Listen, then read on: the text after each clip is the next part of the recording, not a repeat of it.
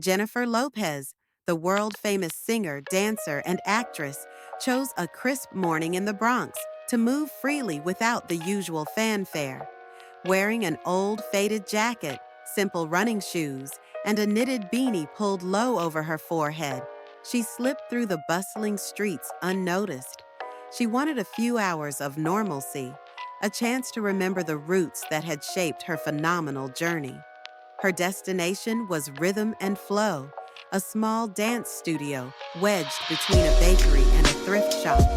With peeling paint and a flickering neon sign, it offered neither luxury nor glamour, but its well-worn floors had witnessed countless aspiring dancers pour their hearts out. Jennifer's booking was under the name J. Luna, a nod to her past, when anonymity was her default rather than a privilege.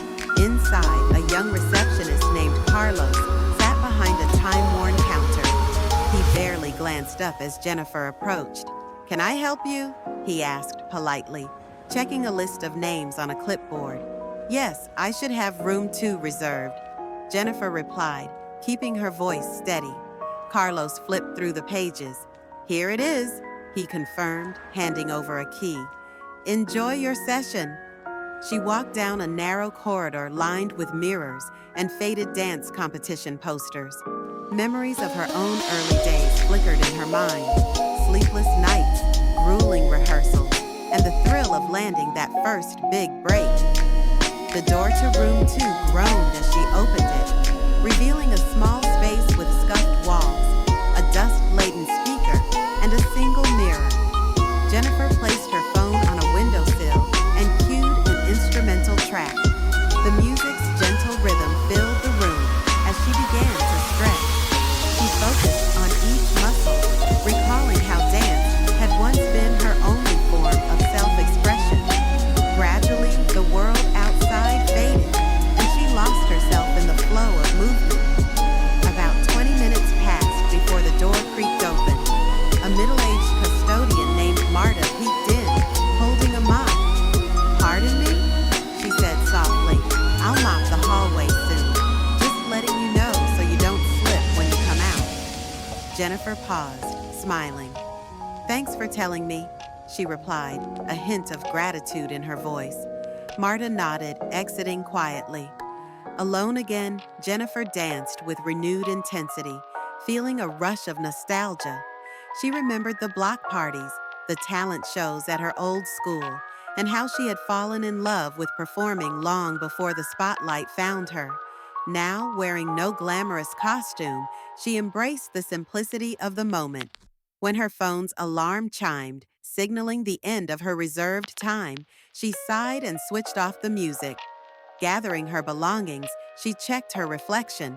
No makeup, no entourage, just a woman with a passion for dance, her face lightly glistening from exertion.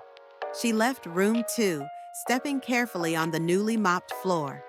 Carlos, still at the front desk, looked up from his clipboard. "All set?" he asked. "Yes, thank you," Jennifer answered, slipping a folded bill onto the counter. "Just a small thanks for keeping this place running." Surprised, Carlos blinked. "That's not necessary," he started to say, but she shook her head, insisting gently.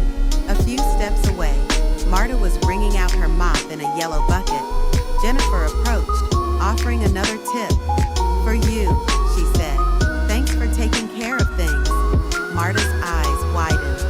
"Oh, that's kind," she murmured, voice trembling. "I appreciate it."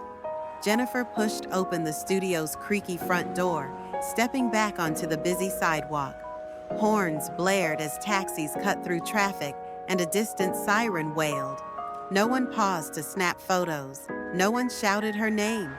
She breathed in the city air, a swirl of exhaust and roasted coffee, and felt a twinge of contentment at being just another face in the crowd.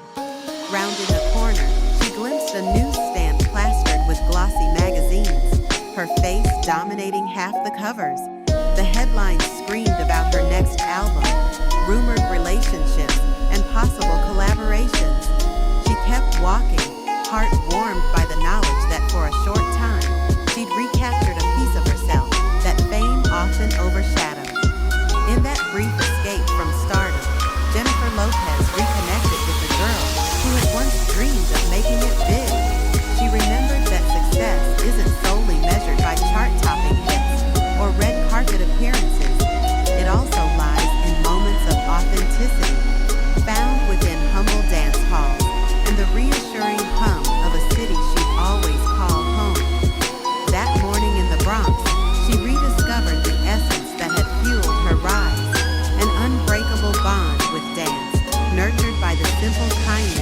ordinary people.